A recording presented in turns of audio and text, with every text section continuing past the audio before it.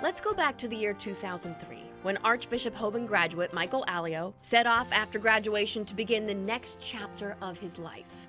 When I was 18, just decided for college I wanted to kind of go to a big city and do that whole thing, so settled on Loyola University in Chicago. Little did he know his freshman year would bring him the love of his life, Laura. I was like, who is that? Like, yes, like that's the face I could wake up to, like, forever. And so went up to her and just kind of poured it on thick. The couple dated for 10 years before getting married, and the two brought their precious son James into the world September of 2016, a spitting image of his mama.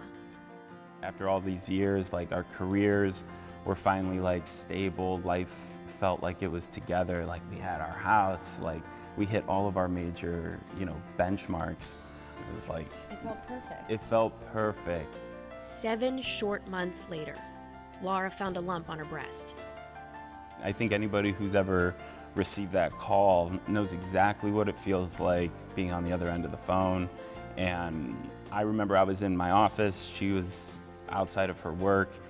She's like, I have cancer, and I immediately jumped in my car, drove over to her. She's sitting on the stairs, I'm bawling my eyes out, and she had this really like calm confidence about her. Somehow she was, comforting, yeah, like it was crazy. Laura passed less than 2 years after her diagnosis. The loss crippling, the grief at times unbearable. There's a part where, and I learned this from Laura, where you either allow it to take over your life or you try to put some purpose behind it. And although we'll never understand why things happen, we can create value. We can offer something to others that are going through it. So Michael started the L4 project, Live Life Like Laura. So what L4 really is online store where you go on, you can buy t-shirts, and 100% of the profits actually go to 501c3 organizations that do support cancer and easing that burden for people that are going through a really difficult time in their life.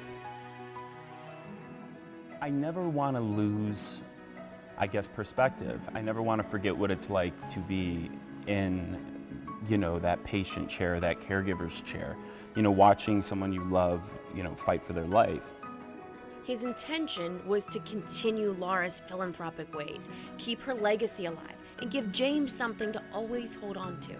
What he didn't know is that it would lead him into uncharted territory on The Bachelorette. I think it's important to know I never sought this out. I wasn't nominated. I did not apply for it whatsoever. How? How were you found? It's crazy how this whole thing works. So one of the head casting directors, her husband actually was creating an app for nonprofits. And on Instagram, they came across the L4 project. And then she started digging into my Instagram, and through that connection, sent me a DM basically saying, would you like to be on a show? Okay, that just gave me chills, because to me, what that says is Laura had something to do with all this. I completely agree. He may not have ended up as The Bachelorette's final suitor, but his time spent was meaningful beyond measure. When I got back from the show, my messages were really flooded with, gratitude from, widows, again, single parents, people currently battling cancer, that, something resonated with them, whether or not it was, just hope that better things can come of this, courage to go outside of their comfort zone and begin dating again if they lost somebody. He smiles today, knowing what the future might bring, and he encourages all of us to be a light for others. Whether or not L4 turns into something, global, or whether it stays local, doesn't matter to me. The fact, I'm just proud that, I'm trying. And I think if everybody tried to make a difference, we would see crazy outcomes very quickly.